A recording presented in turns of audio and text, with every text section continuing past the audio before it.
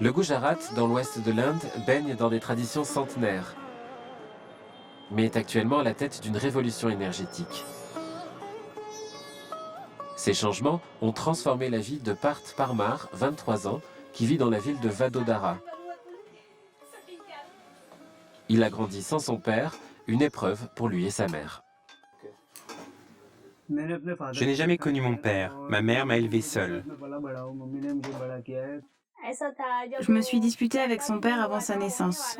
J'ai demandé le divorce. Son père vivait avec une autre et ne venait pas nous voir. Il pense qu'il n'a pas de père, c'est ce qu'il croit.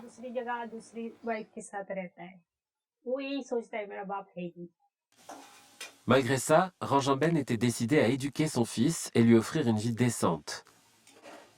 Elle a réussi à financer l'éducation secondaire de Parth avec le peu qu'elle gagnait en faisant des ménages. J'étais à l'école privée jusqu'au lycée et nous n'avions pas les moyens de continuer.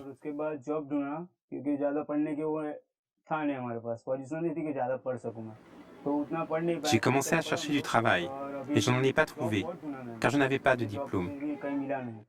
Toutes les entreprises de technologie Internet, la spécialité de Parth, exigeaient un diplôme universitaire.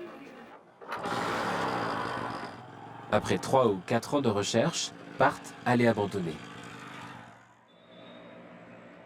Puis, une occasion s'est présentée quand un ami a parlé à Parth d'une entreprise dans le quartier qui recrutait des gens pour travailler sur un nouveau projet d'énergie solaire, inédit dans le monde.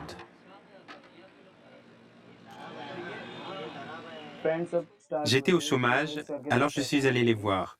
J'ai dit que j'étais sans emploi et que je ferais n'importe quoi. Au début, ils m'ont donné un poste dans la tuyauterie. Ils devaient poser des tuyaux pour la structure en acier, placés sous les panneaux solaires. En moins d'1 an, avec l'aide du Premier ministre indien Narendra Modi, l'entreprise a créé le premier parc solaire sur canal du monde. Il passe le long du canal qui traverse la ville de Vadodara sur 3,6 km. L'État se situe dans une zone avec un ensoleillement de 300 jours. S.S. Rathore est le président et directeur général de Sardar Sarovar Narmada Nigam Limited. Le vent est également favorable à la production solaire.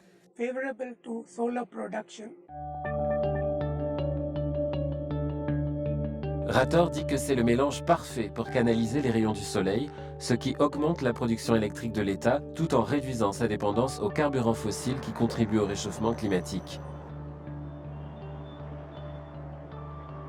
Ceci a des implications énormes en Inde, où les 1,3 milliard d'habitants ont des besoins énergétiques de plus en plus importants. Il fallait être innovant pour construire un parc solaire sans occuper des terres, explique le directeur des canaux, Kave Sanghi. L'avantage, c'est qu'on n'a pas dû acheter le terrain. Nous employons le dessus du canal qui n'était pas utilisé. Nous l'utilisons pour générer de l'électricité et, indirectement, ça permet d'économiser l'eau en réduisant l'évaporation. Le parc solaire regroupe 35 000 panneaux et génère 10 MW d'énergie.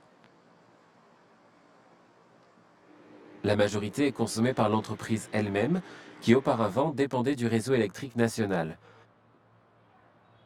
Maintenant, cette énergie est distribuée à prix réduit à la communauté locale et les gens comme Parth et sa mère profitent de cette électricité plus fiable. Nous avons un approvisionnement régulier en électricité, grâce à la centrale.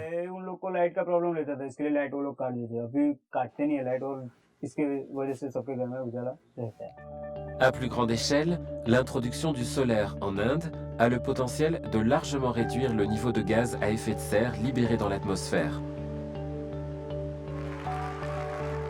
Conformément à l'engagement des États membres de l'ONU au sommet sur le climat à Paris, de limiter la hausse de température sur la planète à 2 degrés Celsius. La glace fond en Antarctique. Le niveau de la mer monte. C'est inquiétant. Aka Malik, ingénieur en chef au réseau national de Gujarat, et pour l'abandon des carburants fossiles.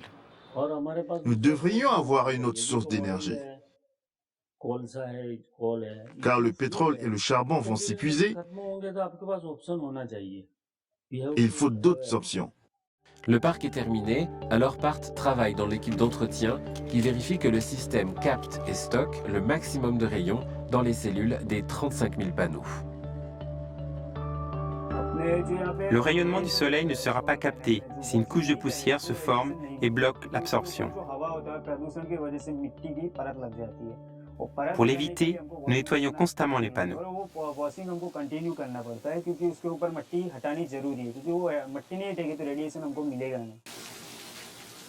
La mère de PART dit que les 100 $ par mois qu'il gagne en nettoyant les panneaux solaires ont tout changé. 100 $, c'est assez pour nous deux.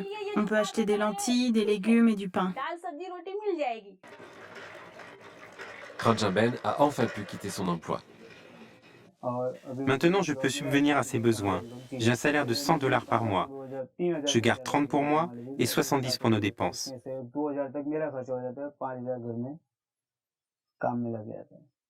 Ranjan encourage son fils à poursuivre ses études. Il s'inquiète. Je devrais l'aider et lui donner de l'argent. Pourquoi étudier si je ne gagne rien? Il a aussi besoin d'argent pour manger et sortir, et je lui dis qu'il devrait le faire. Il voulait contribuer, mais aussi il étudie autant que possible.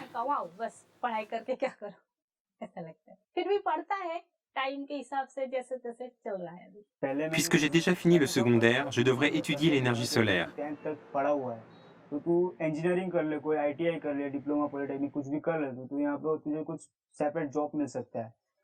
Pour l'instant, je suis inscrit à un cours de génie solaire.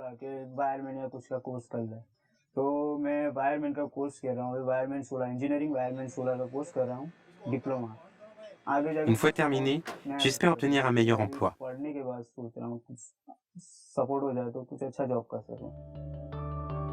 PART se rend compte que l'énergie solaire est la voie du futur et une spécialisation pour l'aider à réaliser ses rêves. Mon rêve, c'est de continuer à travailler, me consacrer à l'entreprise.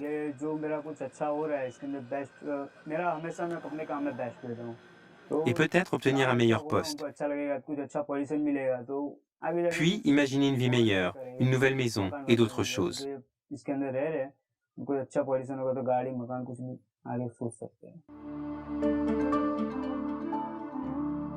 Le succès du projet du canal à Vadodara a incité le gouvernement indien à proposer des aides aux autres États qui voudraient construire des systèmes similaires.